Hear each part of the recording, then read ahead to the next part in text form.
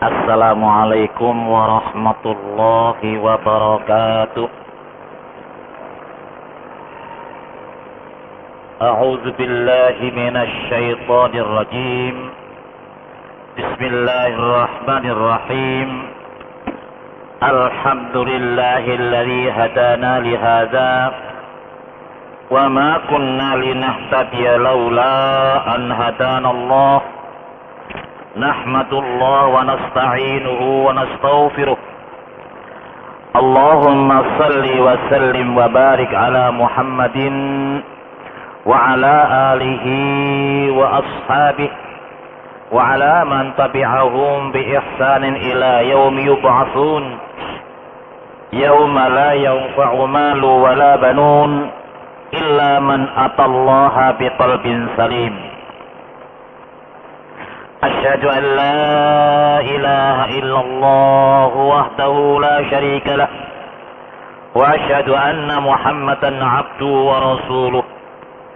قال الله تعالى يا أيها الذين آمنوا اتقوا الله حق تقاته ولا تموتن إلا وأنتم مسلمون.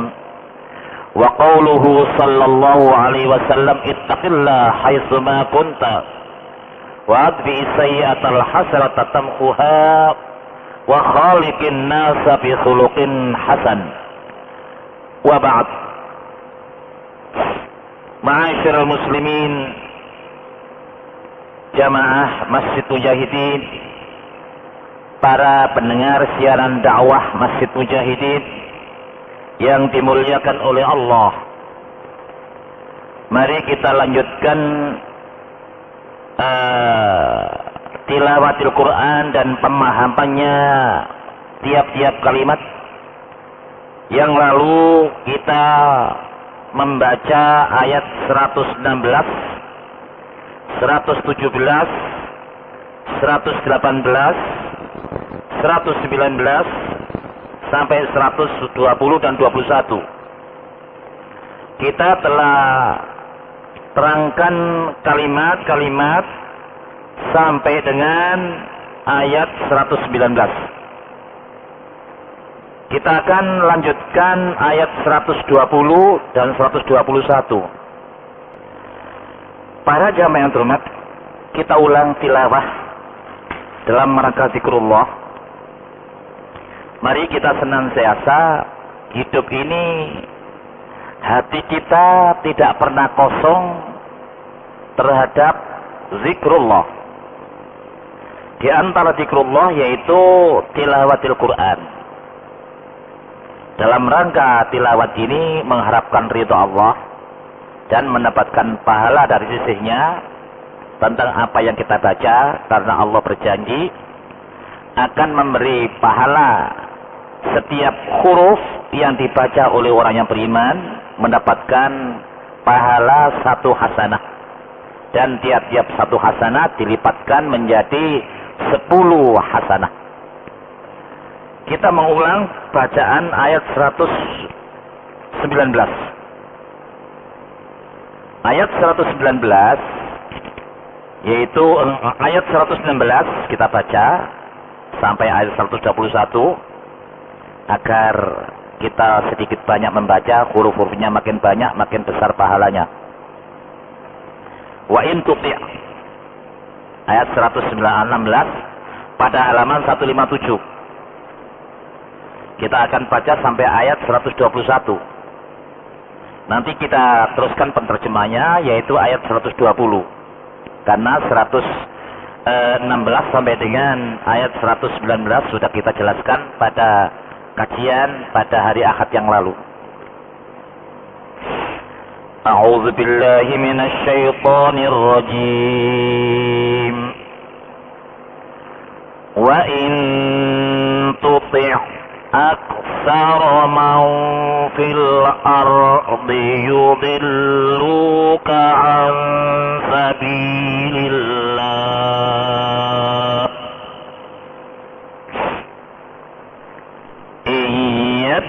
yattabi'una illa adh-dhanna wa innahum illa yakhrusun.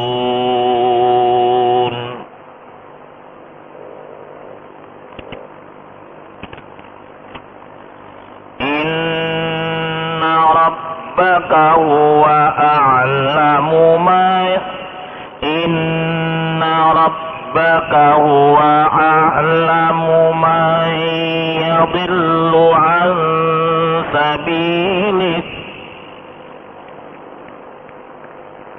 wa huwa a'lamu bil muhtadin.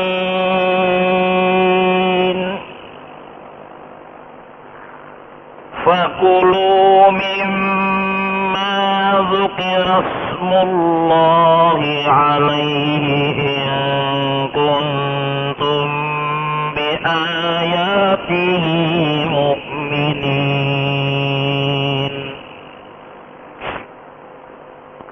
Wa ma lakum alla ta'kulu mimma dzukira ismullahi alaihi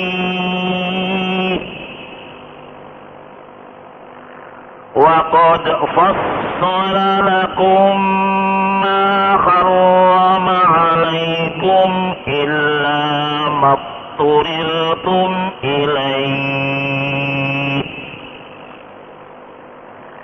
wa inna katsiran la yudilluna bi ahwaihim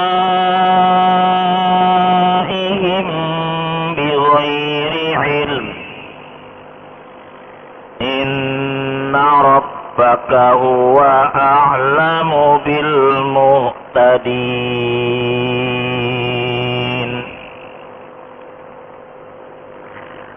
وذروا ظاهر الإثم وباطنه إن الذين يكسبون الإثم سيجزون بما كانوا يقترفون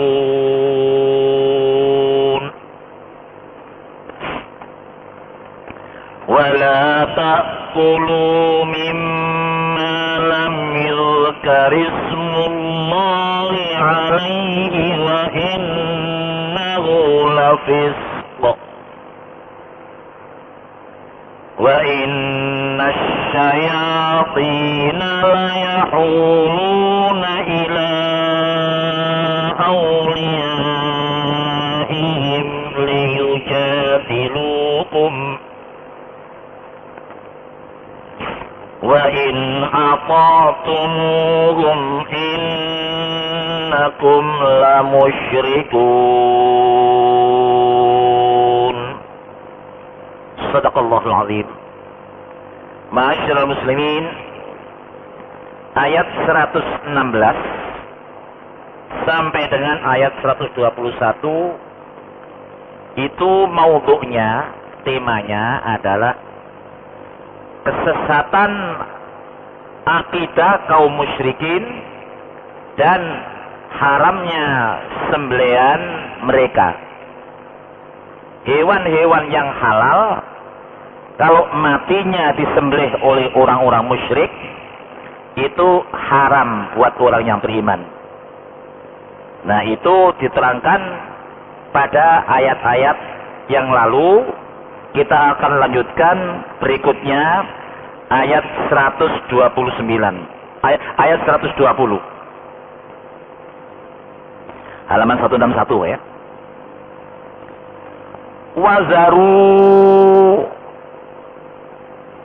Wazaro yazaru zar. Zaru itu jamak mukhatab. Artinya ditujukan kepada orang yang diajak bicara 3 orang lebih atau orang banyak. Wazaru, wa itu huruf Pak, bukan kalimat bagian zaru. Wazaru dan zaru tinggalkan kamu sekalian. Nah, kalau disuruh meninggalkan berarti harus menjauhi, Pak. Jauhilah kamu sekalian.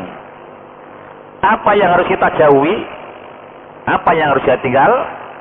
Zahirul ismi, yaitu dosa yang lahir atau dosa yang tampak, zahirul ismi, yang lahir tampak akan dosa itu. Dosa apa saja yang berkaitan dengan larangan Allah atau pengingkaran terhadap Allah, Rasulnya, dan kitabnya, itu baik terang-terangan wa batinahu, dan yang tersembunyi. Memang dosa itu ada yang terang-terangan, ada yang tersembunyi, Pak. Dosa yang terang-terangan yaitu ucapan-ucapan yang mungkar, yang fahisyah,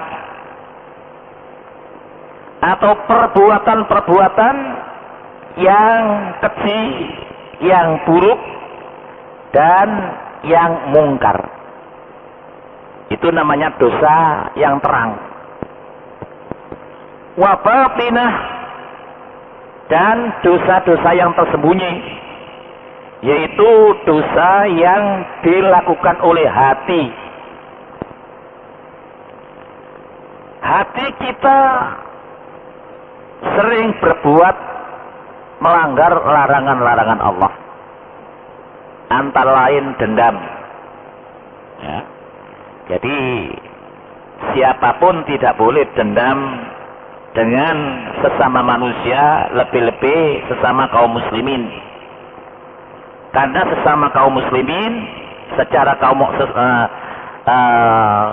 mukminin itu adalah seperti saudara kandung. Innamal mu'minuna ikhwatun. Sesungguhnya orang-orang yang beriman satu sama lain ibarat saudara kandung. Oleh karena itu, kalau mereka berbuat salah kepada kita, ya dimaafkan. Apalagi mereka minta maaf, kita harus maafkan. Dan setelah maafkan, jangan dendam. Lupakan itu. Lupakan kesalahan orang lain, tapi ingat-ingat kesalahan sendiri. Ini termasuk sikap orang yang beriman. Orang lain salah, itu resiko orang yang berbuat salah. Kita tidak perlu ingat-ingat. Tapi kesalahan kita selalu kita ingat agar kita tidak mengulanginya. Atau bersedia tubu ilallahi taubatan nasuha, tobat kepada Allah dengan tobat yang sebenar-benarnya.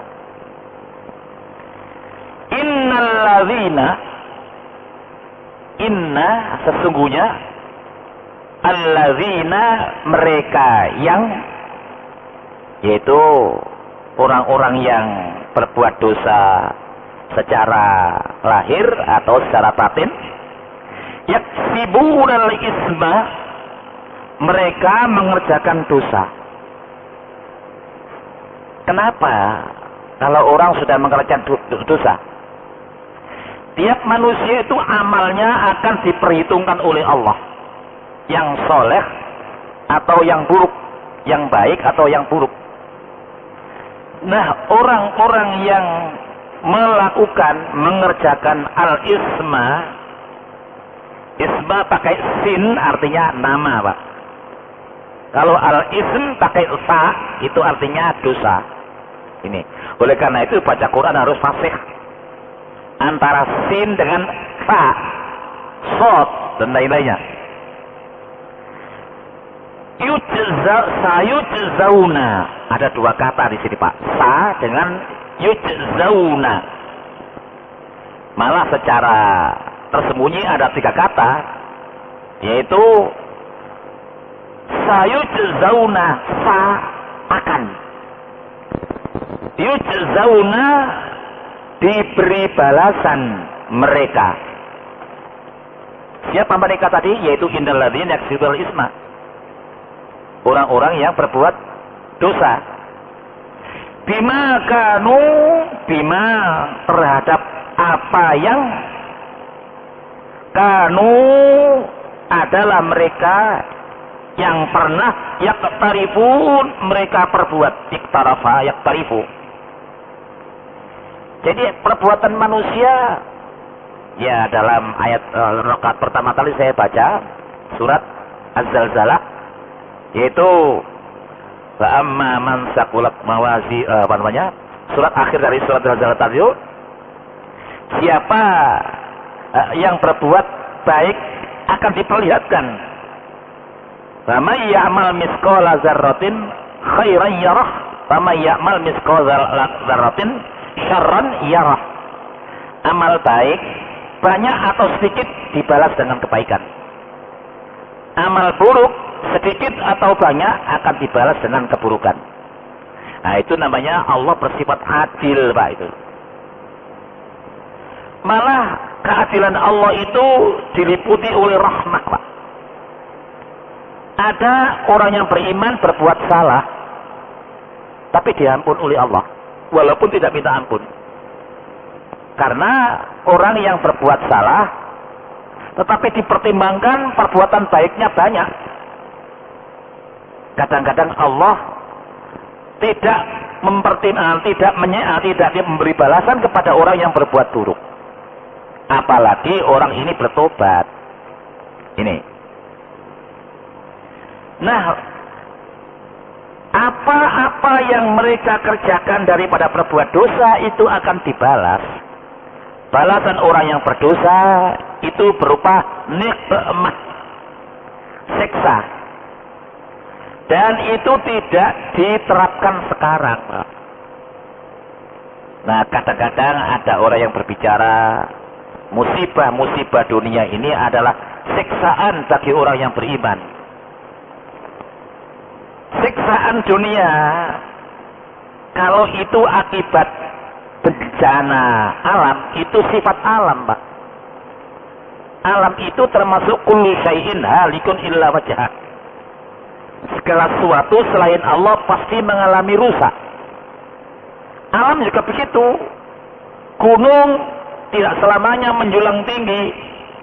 Pada saatnya puncaknya pecah sehingga menjadi kawah. Lewat pecahan kawah itu keluarlah lava. Itu sifat alam. Bukan karena perbuatan manusia, dosa. Bukan. Nah, siksaan di dunia ini ada juga. Orang sakit itu bukan siksaan, Pak. Malah ujian dari Allah Subhanahu wa taala. Malah siapa yang sakit tapi kalau sabar justru dapat pahala. Ini. Memang ada siksaan dunia. Seperti orang kaya tapi merasa miskin karena perbuatannya sendiri, karena rakus. Punya banyak, ingin lebih banyak. Punya lebih banyak, ingin lebih banyak lagi. Orang yang demikian ini siksaan dunia.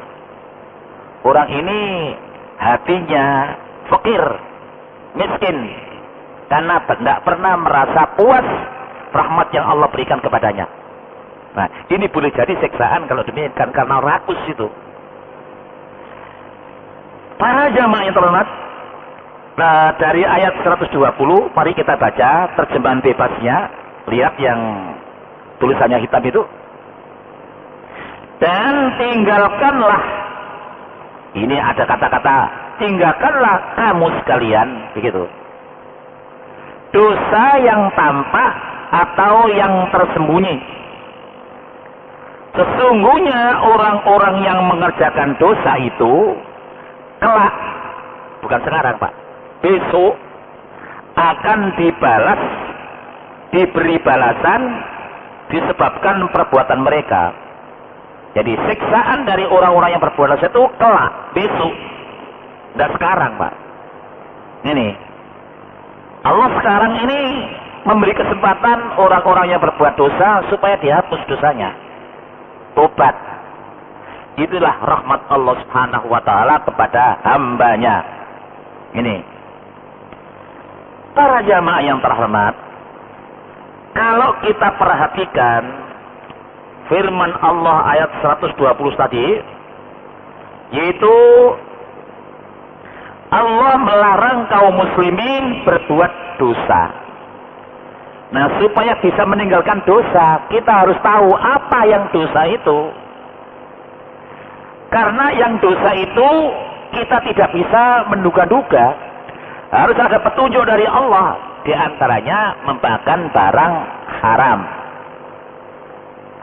Nah, itu dosa. Lalu yang haram itu yang mana? Nah, nanti insya Allah ayat 149 diterangkan hewan-hewan yang halal. Hewan yang halal tetapi disembelih oleh orang musyrik itu haram dimakan. Orang-orang yang menyembah berhala itu kalau menyembelih walaupun binatangnya halal jadi haram buat orang yang beriman. Nah, kalau kita tidak tahu, kita kebiau ya, pokoknya itu binatang halal disembelih siapapun dimakan saja. Nah, ini perlu petunjuk. Nah, petunjuk itu harus mencari, Pak. Mencari petunjuk ini melalui thalabul ilmi, menuntut ilmu, mencari ilmu. Sehingga dalam Islam untuk mengetahui hukum-hukum Allah itu wajib dicari melalui belajar formal atau informal. Kalau formal itu seperti di sekolahan, itu formal, Pak. Informal seperti kita screening, tidak pakai absen, tidak pakai ujian. Nah, belajar seperti itu hukumnya wajib. Thalabul ilmi fardhatun ala kulli muslimin. Ilmu seperti ini yang wajib. Kalau ilmu-ilmu keduniaan tidak perlu selama hidup. Kalau misalnya ilmu kedokteran cukup dipelajari 10 semester. Semester pertama sampai semester 10 selesai, lulus, sudah. Kalau belajar lagi, belajar yang lebih tinggi. Tapi untuk mengetahui syariat Islam, di antaranya hukum halal dan haram, ini kita wajib mencarinya minal mahdi ilal lahad. Istilah sekarang yaitu mencari ilmu sepanjang hidup. Utlubul ilma minal mahdi ilal lahad. Tuntutlah ilmu sejak lepas dari gendongan ibu sampai menjelang lahad, yaitu setelah meninggal dunia baru berhenti. Nah, para jamaah yang terhormat, Allah menyatakan dengan tegas bahwa semua dosa harus ditinggalkan. Wadaru zahirul ismi wa batinahu. Di sini. Adapun orang-orang yang berbuat dosa atau kejahatan karena kebodohan, tidak tahu, Pak. Lalu diberitahu, lalu mau tahu, maka kejahatan dosa yang dilakukan ketika bodoh, ketika belum tahu, kemudian diberitahu, lalu berhenti, diampun oleh Allah Subhanahu wa taala walaupun tidak minta ampun. Jadi tobat itu sendiri merupakan ampunan dari Allah Subhanahu wa taala. Di sini. Kemudian mereka berhenti, setelah tahu berhenti. Jadi kemarin itu tidak tahu, melanggar, tapi tidak tahu, Pak. Diberitahu, Mas, ini melanggar larangan Allah ini. Nah, karena diberitahu mau tahu. Ada orang yang tidak tahu, diberitahu tidak mau tahu, Pak. Ini orang yang dikatakan safihun, jamaknya sufaha, orang-orang dungu, bahasa Jawanya ndablek. Diberitahu tenang-tenang saja. Nah, untunglah orang yang tidak tahu diberitahu mau tahu kemudian berhenti, itu namanya orang yang tobat. Para jamaah yang terhormat, Allah Subhanahu wa taala berfirman, kalau orang berbuat dosa karena tidak tahu, ya, lalu setelah diberitahu lalu berhenti itu namanya berbuat baik. Berhenti dari dosa itu sudah berbuat baik, Pak. Termasuk di dalam sebuah hadis, barang siapa orang yang merencanakan kejahatan akan melakukan dosa kemudian berhenti dari niatnya, itu dapat pahala 1, Pak. Tetapi kalau orang berniat baik Apa? Misalnya musa'adah, memberi pertolongan kepada orang lain. Itu diperintahkan oleh Allah Subhanahu wa taala, ta'awanu 'alal birri wat taqwa wa la ta'awanu 'alal ismi wal 'udwan. Orang yang berniat melakukan baik, baru niat pahalanya sudah satu. Kalau niat itu terlaksana, ditambah satu lagi jadi dua. Allah berjanji tiap-tiap pahala itu satu dilipatkan 10. Jadi niat baik, pahalanya satu, ditingkatkan 10 jadi 10. Kemudian kalau dilaksanakan dapat satu lagi, ditingkatkan 10 jadi niat baik dan dilaksanakan dapat pahala 20.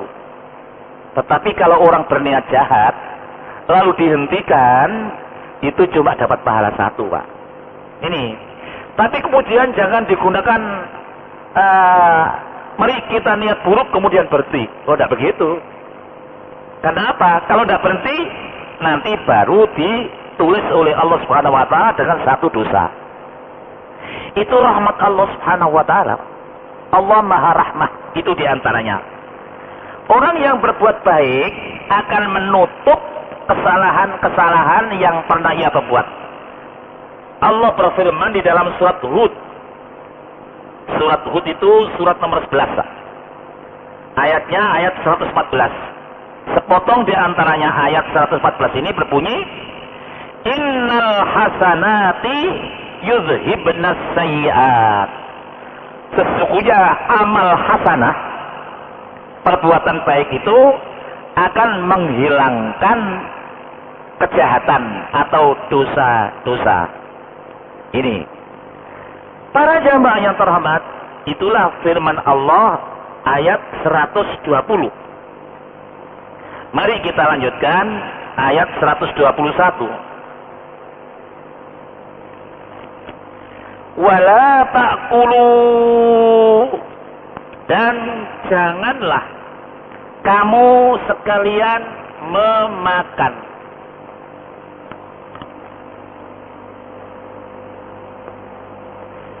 mimma lam yuzkarismullah alaihi, dari apa yang, maksudnya binatang yang disembelih lam yuzkarismullahi alaihi, lam yuzkar, yang tidak disebut ismullahi alaihi, nama Allah atasnya binatang yang disembelih itu jangan dimakan. Termasuk binatang halal yang disembelih oleh orang-orang musyrik. Ini orang Islam kalau menyembelih binatang halal itu disuruh menyebut nama Allah, Bismillahirrahmanirrahim. Malah khusus untuk ternak kurban menyembelihnya ada doa Bismillahi Allahu Akbar, Allahumma taqabbal udhiyatan minna. Bismillahi Allahu Akbar, ini kalau menyembelih kurban lah, ternak kurban. Bismillahi Allahu Akbar dengan nama Allah, Allahu Akbar, Allah yang maha besar. Allahumma taqabbal, ya Allah terimalah udhiyatan minna, kurban dari kami. Malah Nabi Shallallahu Alaihi Wasallam kalau berdoa, Allah Bismillahi Allahu Akbar, Allahumma taqabbal udhiyatan minni wa min ummati, dari saya dan dari umat-umat saya. Nabi Shallallahu Alaihi Wasallam sangat peduli terhadap umatnya. Semua umatnya yang berkorban didoakan oleh Nabi Shallallahu Alaihi Wasallam. Ini. Wa innahu, kalau kamu memakan binatang yang disembelih tidak disebut nama Allah, atau binatang halal yang disembelih orang-orang musyrik, wa innahu lafisqun, sesungguhnya yaitu perbuatan menyembelih binatang walaupun halal tapi tidak menyebut Allah itu lafisqun, ini termasuk perbuatan jahat. Menyembelih dengan atas nama Allah itu setidak-tidaknya ada unsur minta izin kepada Allah, minta ridhonya. Nah, Allah menghalalkan binatang supaya disembelih. Binatang itu kan tidak seperti manusia, Pak. Binatang itu walaupun makanannya seperti manusia, berjalannya seperti manusia, melihat, mendengar, tapi binatang itu tidak berakal. Dan binatang itu berbuat apa saja yang dikehendaki oleh nafsunya, kalau manusia tidak. Hawa nafsu dikendalikan oleh hidayatullah, petunjuk Allah Subhanahu wa taala. Nah, menyembelih kurban ini, khutbah 2 Jumat yang lalu menerangkan, menyembelih binatang dengan menyebut nama Allah itu ada niat untuk membuang sifat-sifat kebinatangan yang dilakukan oleh manusia. Manusia itu ada yang bersifat binatang, Pak. Kemarin kan disebutkan, ada manusia itu seperti anjing. Anjing itu diberi ya melet, tidak diberi ya melet. Manusia yang diberi tapi kurang, diberi lagi kurang lagi. Itu wataknya seperti anjing yang selalu melet, Pak. Yalhas.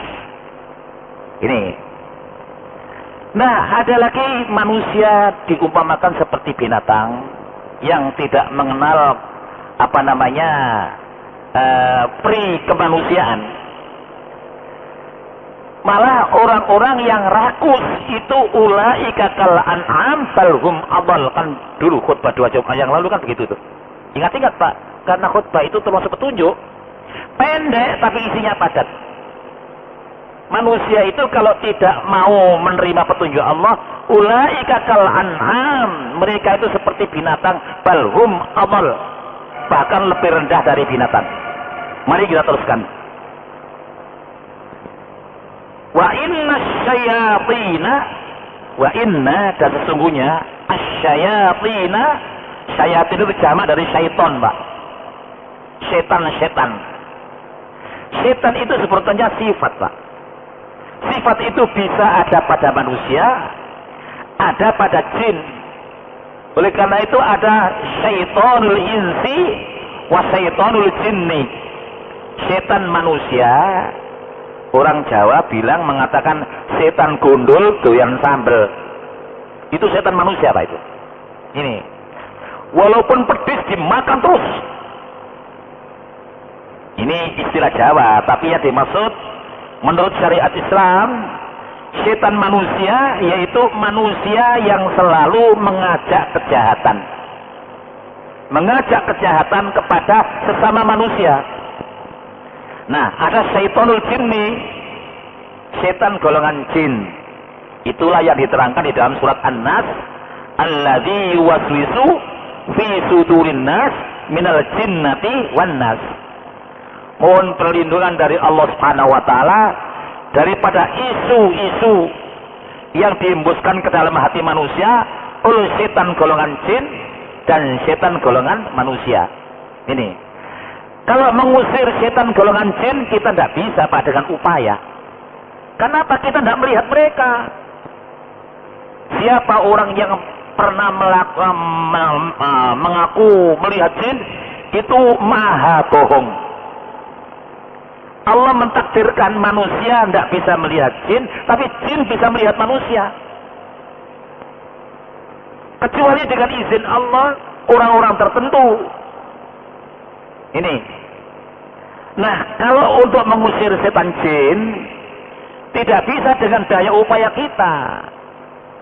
Seperti orang-orang Jawa yang masih klenik. Kalau mengusir setan golongan jin itu, ambil beras diberi kunir, Pak, namanya beras kuning ya. Kemudian beras kuning itu diberi garam. Maksudnya setan-setan golongan jin itu matanya kalau disempiok beras uya, beras kuning uya itu keperin loh. Jin itu tidak bisa diperdaya seperti itu, Pak. Orang-orang Jawa yang kuno yang klinik kan gitu.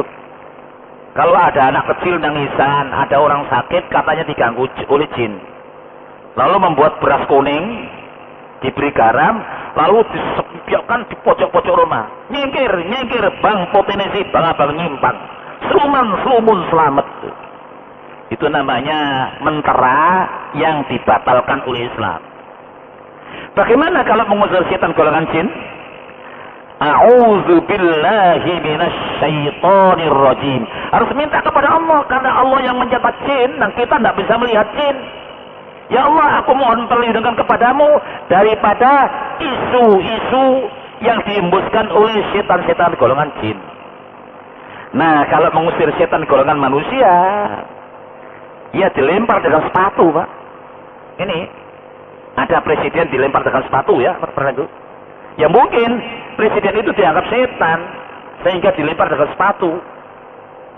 Jadi kalau setan manusia dilawan dengan tinju, ya, dilawan dengan kekuatan fisik sama fisik. Karena apa? Kita melihat ini. Kalau setan golongan jin tidak bisa kita tinju, tidak bisa kita sempiok dengan bang potensi, bang nyimpang, tidak bisa. Harus menggunakan permohonan isti'azah kepada Allah, a'udzubillahi minasyaitonir rajim. Atau a'udzu birabbin nas, malikin nas, ilahin nas, min syarril waswasil khannas, alladzi yuwaswisu fi sudurin nas minal jinnati wan nas. Allah nanti yang menyingkirkan. Tapi kalau manusia usir sendiri karena podo menungsane. Para bapak sekalian, jangan lalu mengusir setan pakai tenaga dalam. Di dalam film-film itu katanya memburu hantu. Itu kentean judul, Pak Ibu. Orang-orang film membuat begitu tidak ngerti Islam. Nah, orang tidak ngerti Islam membuat imajinasi. Memburu hantu, memburu setan. Nah, jadi memburu setan mau diapakan? Ditangkap? Tidak mungkin bisa. Ini kecuali ada beberapa seorang nabi yang diberi izin oleh Allah Subhanahu wa taala, yaitu dapat menangkap setan golongan jin. Tapi itu khusus. Selain itu tidak bisa manusia. Kembali. Wa inna syayatina, sesungguhnya setan-setan itu, baik setan golongan jin atau setan gundul doyan sambal, setan manusia, la yuhuna hana yahunu, mereka membisik-bisikkan ila auliyaihim, kepada kawan-kawan mereka. Jadi aulia itu ada kalanya artinya pemimpin, ada kalanya konco-konco, yaitu sekutu-sekutu. Ini mereka membisik-bisikkan kepada kawan-kawan mereka, liyujadilukum, agar mereka mendebat kamu. Orang-orang yang berlaku seperti setan itu mendebat orang-orang yang berlaku, kenapa ini haram, kenapa ini haram, kenapa ini haram. Mereka berpendapat binatang yang mati itu katanya Allah yang menyembelih. Kan lebih halal binatang yang disembelih oleh Allah daripada binatang yang disembelih oleh manusia yang beriman.